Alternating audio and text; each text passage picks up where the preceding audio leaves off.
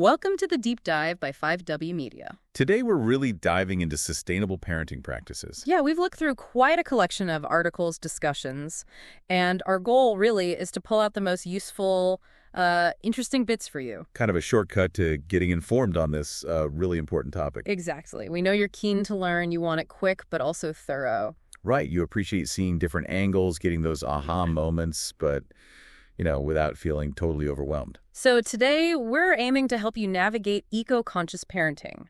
Practical tips, maybe some surprising facts along the way. And the sources we're using cover a lot of ground. Oh, yeah. Expert advice on going green, DIY cleaner recipes, which I'm curious about. The actual impact parenthood has on environmental behavior. Some interesting research there. Benefits of eco-friendly toys, minimalist parenting ideas. How to raise kids who are eco-conscious, and just real-world tips from, other parents doing it.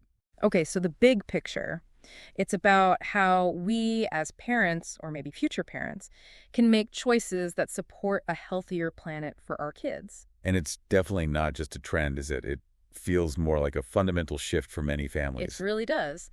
But what's the motivation? It seems challenging for busy parents. Well, what comes through is this really deep-seated desire. Despite all the demands, there's this powerful drive to leave a cleaner future for them. Right. And it's less about, perfection and more about making realistic, manageable, eco-friendly choices. Starting right from the beginning. Yeah, right from the start, even during pregnancy. Okay, that makes total sense. So if someone's expecting, where do they even begin to think about this? Well, one of the first things highlighted is making eco-conscious choices during pregnancy itself, even down to things like prenatal vitamins. Really? Vitamins? Yeah, one source mentioned considering brands, I think Ritual was an example, that are mindful of their footprint, traceable ingredients, recycled packaging. Huh. It's those details you often overlook, isn't it? I wouldn't immediately think about vitamin packaging. Exactly. And then, there's that urge to get the house ready. Ah, the nesting instinct. Right. And the sources strongly recommend opting for earth-friendly cleaning solutions then. The key thing is safety for the pregnant person, avoiding bringing toxic chemicals into the home right off the bat. And does being eco-friendly always mean spending more on special products? No, not necessarily. The articles are actually quite keen on DIY options, using things like baking soda, white vinegar, lemon juice, stuff you probably already have. Right. Cheap and easy. Incredibly affordable and apparently very effective for lots of cleaning jobs. I'm always amazed by what you can do with simple stuff. What kind of cleaning are we talking about? We can get into specifics, but the general idea is these basic ingredients have natural cleaning power for a whole range of messes without needing harsh synthetics. Okay. But what if DIY isn't your thing? That's covered too. The sources mention brands like Seventh Generation and Everspring. They focus on reducing environmental impact, using plant-derived ingredients, natural fragrances. So options exist whether you DIY or buy. Okay, let's go deeper into creating that non-toxic home environment. You said homemade cleaners are less likely to cause harm. Why is that? Well, many conventional cleaners have synthetic chemicals, right? They can be irritants, skin, lungs, and they end up in our water systems, the environment. Homemade ones use simpler stuff, usually biodegradable, less environmental burden. Plus, you control exactly what goes in. No hidden allergens or chemicals you worry about. Okay, let's get practical. Is there a basic all-purpose cleaner recipe people can try? Yeah, there's a good one from the University of Arkansas Extension Service. Pretty simple. Austria. About a quarter cup of white vinegar. Okay. Maybe 12 to 20 drops of an essential oil for scent. And some have antimicrobial properties. Nice. A teaspoon of Castile soap, or like a phosphorus-free dish soap or washing soda. And then 2 cups of boiled or distilled water. And just mix it up. Yep. Mix it in a spray bottle, shake it before you use it. Really straightforward. Sounds easy enough. Yeah. Any tips for someone trying DIY cleaning for the first time? Any pitfalls? A few things, yeah. First, even though they're gentler, they're not for drinking, obviously. So label them clearly, keep them safe from kids, pets. Right. Common sense. Microfiber towels work really well with them. Hot water usually cleans better. Yeah. And maybe start mild. You can always make it stronger if you need to. Okay. And it helps to know a little bit about like baking soda cuts, grease, vinegar tackles, mineral deposits, that sort of thing. That's helpful. So it's not just random mixing. Any absolute don'ts. Yeah. Big warnings. The huge one. Never mix ammonia and bleach. Yeah. Ever. Okay. Heard that one before. It creates really toxic fumes. Seriously dangerous. Yeah. Generally, don't mix bleach with anything but plain water. Also, probably best not to make massive batches of homemade stuff. Why is that? They don't always last as long as commercial products, might lose effectiveness. So make what you need, label it, use non-food containers. Got it. Safety first. You mentioned other recipes. Quick examples. Sure. For just a gentle all-purpose spray, even just 50-50 white vinegar and water works great. For glass, maybe 3 tablespoons of vinegar in a quart of water. And the newspaper trick? Does that work? Apparently, crumpled newspaper for a streak-free shine, and for soap scum in the tub, a paste of baking soda and a bit of water or vinegar. Amazing what those kitchen staples can do. Okay, shifting gears.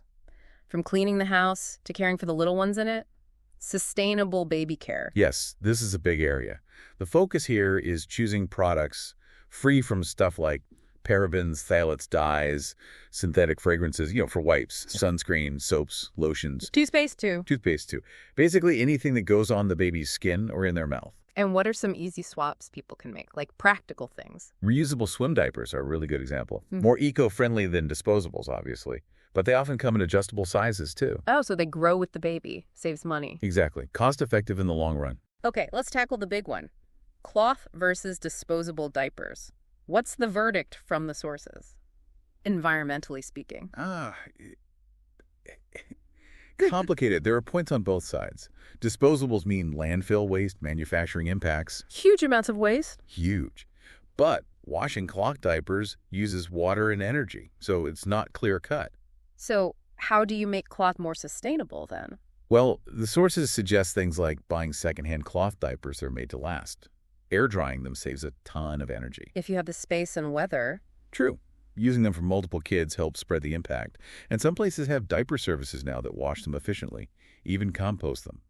That's a great option if it's available. Interesting. What about wipes? Those seem like another big source of waste. Definitely. And reusable wipes are actually super simple. You can make your own from old towels or dish rags. Just cut them up. Seriously? Yeah. Keep them damp in a container with water, maybe a little mild soap solution, and then just toss them in the laundry. Easy swap. That sounds surprisingly doable. Okay, let's move to something fun. Eco-friendly play. What are the benefits of sustainable toys? Several key things come up. Toys made from natural materials, wood, organic fabrics. They often encourage more open-ended play. Meaning the toy doesn't dictate exactly how to play. Kids use more creativity, imagination. They get more physically active compared to, say, sitting with an electronic toy. That totally rings true. Simple wooden blocks can be anything. Exactly. Okay. And when you are buying toys, the articles stress supporting brands that prioritize good practices. Like what? Ethical manufacturing, sustainable materials, think FSC certified wood, recycled plastics, fair labor. Some brands even donate to environmental causes. But how do you know if a brand is genuinely eco-friendly? There's a lot of greenwashing out there. Good point. Look for certifications. FSC for wood, like I said. GOTS, that's the Global Organic Textile Standard for fabric. That means organic materials and responsible production. Okay, certifications help. And doing a little research online, checking their website, reading reviews from trusted sources in the eco-conscious community. That helps too. What about not buying new toys all the time? Any creative ideas? Oh, tons. DIY projects are big, like making musical instruments from recycled stuff, empty cans for drums, bottles for shakers. Fun. Kids would love that. Yeah, they get involved in making them, decorating them. It's creative, and it repurposes trash. So what are the bigger benefits? Beyond just fun and less waste. Well, you're minimizing exposure to potentially harmful chemicals found in some plastics. And subtly, you're instilling those values of conservation, sustainability from a young age. It shapes how they see the world. That makes sense. But what if some of these nice wooden or organic toys are just expensive? That's a real issue. The sources suggest prioritizing quality over quantity. Maybe fewer, but better made, durable toys that last longer. Okay. And definitely explore secondhand. Thrift stores, consignment shops, online marketplaces are fantastic for toys. And those DIY projects are basically free. Toy swaps with other families, too. Lots of practical solutions there. Okay, let's shift to minimalist parenting. Sounds like it's more than just decluttering toys. Oh, much more. It's really a conscious approach, filtering out the noise, the excess, not just stuff, but overwhelming schedules, constant pressure to entertain, focusing on what really matters for the family's well-being. So what are the core ideas, the lessons? One is hover less. Give Yeah. kids space to try things, even fail sometimes. It builds confidence, independence. Another is entertain less. Counterintuitive, maybe? A bit. But too much structured entertainment, too much screen time, it can stifle creativity. Boredom can actually spark innovation. Huh. Interesting. What else? Schedule less. Prioritize rest, downtime. Good for everyone's mental and physical health. Referee less. Let kids try to sort out minor squabbles themselves. Develops problem-solving skills. Builds resilience. Exactly. Okay. And finally, buy less. Research actually links clutter to higher stress. Fewer things means less to manage. More focus on experiences, time together, not just stuff. So it's creating space, physically and mentally, for connection. Precisely. Quality over quantity. Time over things. Okay. Less stress. Building on that, how do we actively raise kids who care about the planet, make them eco-conscious? Lead by example. That's the #1 thing from the sources. Kids watch everything. So doing the recycling, saving water. Daily. Making it normal. Yeah. Showing you make mindful choices. That has a huge impact. Actions speak louder, right? Yeah. What else? Connect them with nature. Get outdoors. Hiking, gardening, even just walks in the park. It builds appreciation. Shows them what's worth protecting. Makes it real for them. Totally. And involve them in conservation. The whole reduce, reuse, recycle thing. Get them repurposing old stuff. Make it hands-on. Tangible experiences. Absolutely. Yeah. And integrate it into play. Nature scavenger hunts, identifying plants, choose sustainable toys like we talked about. Make it a family thing, composting, reusable lunch containers, maybe making those DIY cleaners together. Fosters teamwork, too. And foster empathy. Talk about how everything's connected, biodiversity, animal conservation, even environmental justice. Help them develop that sense of respect and responsibility. It's a holistic approach. Yeah. Now, this next bit is fascinating research on how becoming a parent actually affects environmental attitudes and behavior. What did they find? Well, there's this idea, the legacy hypothesis, right, that having kids makes you care more about the future environment they'll inherit. Seems logical. It does. But a big UK study found something unexpected. Oh, do tell. Overall, having a new child was actually linked to a small decrease in some self-reported environmental actions. Really? A decrease? Yeah. Now, parents who are already highly concerned about the environment before having kids, they showed a slight increase in wanting to be more sustainable. But even that didn't always translate into big behavior changes. Wow, that goes against intuition. Why? What did the researchers think was going on? They suggest it's about reprioritization. New parents are, understandably, laser-focused on the baby's immediate needs, health, comfort, safety, just coping with massive life change. Survival mode, almost. Kinda. And broader environmental concerns might just temporarily take a back seat. Plus, practical things kick in: more laundry, keeping the house warmer, maybe driving more for convenience. Right, the immediate demands override the longer-term ideals sometimes. It seems that way. And some choices, like buying organic food, might be more about the child's health than pure environmentalism. They also mentioned the average age of new parents. Maybe that deeper sense of generativity, concern for future generations, develops more later on. So it's complex. Maybe parenthood doesn't directly boost individual actions right away. Could it have other impacts, like on broader views? Possibly.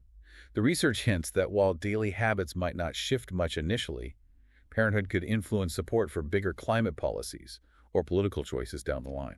But the researchers themselves admit limitations. It was self-reported data. They looked at a specific set of behaviors, didn't deeply analyze things like diaper choices, for instance. So more to learn there. Still a really thought-provoking finding. Okay, let's pivot to really hands-on stuff. Real-world tips from other parents. What wisdom did they share? Oh, this is often the best stuff. Lived experience. A huge theme is hand-me-downs, clothes, gear, giving and receiving. Makes total sense. Kids grow so fast. Totally. And buying and selling used items, consignment stores, online marketplaces, very popular, very practical. Saves money, reduces waste. Win-win. Definitely. Lots of parents suggest asking for practical gifts or money for savings or experiences like museum passes instead of just more toys for birthdays. Good idea. Less clutter, too. Right. Choosing items with multiple uses, like a bassinet that turns into a crib. And those reusable swim diapers came up again. What about food waste? That can be big with kids. Yeah, making your own baby purees instead of buying pouches. Embracing baby-led weaning can help too, letting babies explore food more naturally. And simple habits. Using a stroller or carrier for short trips instead of the car. And some creative repurposing, like using an old Perry bottle for watering plants. Huh, clever. Any other standout tips? Supporting ethical brands when possible. Growing some veggies, even if it's just herbs on a windowsill. Using libraries, toy libraries, and regular ones. great resources. Drying clothes on a line, reusable paper towels, looking into those composting diaper services, joining Buy Nothing groups in the community. Sharing is key. Some families try eating more vegan or vegetarian meals, saying no to individually wrapped snacks, borrowing or buying secondhand first, just being mindful of all the baby products pushed on new parents. Do you really need it all? Good question. Even repurposing non-toy items as toys. The big message is consuming less overall, being resourceful. It sounds like resourcefulness and mindful consumption are recurring themes. They really are. And importantly, a lot of parents also brought up the need for bigger change, holding politicians accountable for environmental policy. So individual action plus systemic change. Exactly. They go hand in hand. Yeah. One parent can't fix climate change alone, but collective action and policy are crucial too. That's a powerful point to end on. This has been, wow, a really valuable deep dive. So many practical ideas and interesting perspectives on sustainable parenting. Yeah, it's clear there are lots of ways, big and small, to make more eco-conscious choices. Yeah. For our kids and for the planet. We really hope this deep dive has given you some valuable insights, maybe some practical ideas you can try. Remember, even those small changes, when lots of people make them, they really can add up and make a big difference for the future. If you like what you are hearing from us, please subscribe. Also, if you would like and share this video, it helps us tremendously and means so much to us. Please also leave a comment. We genuinely want to know what you think, and we value any ideas you might have for future deep dives. Thanks for tuning in.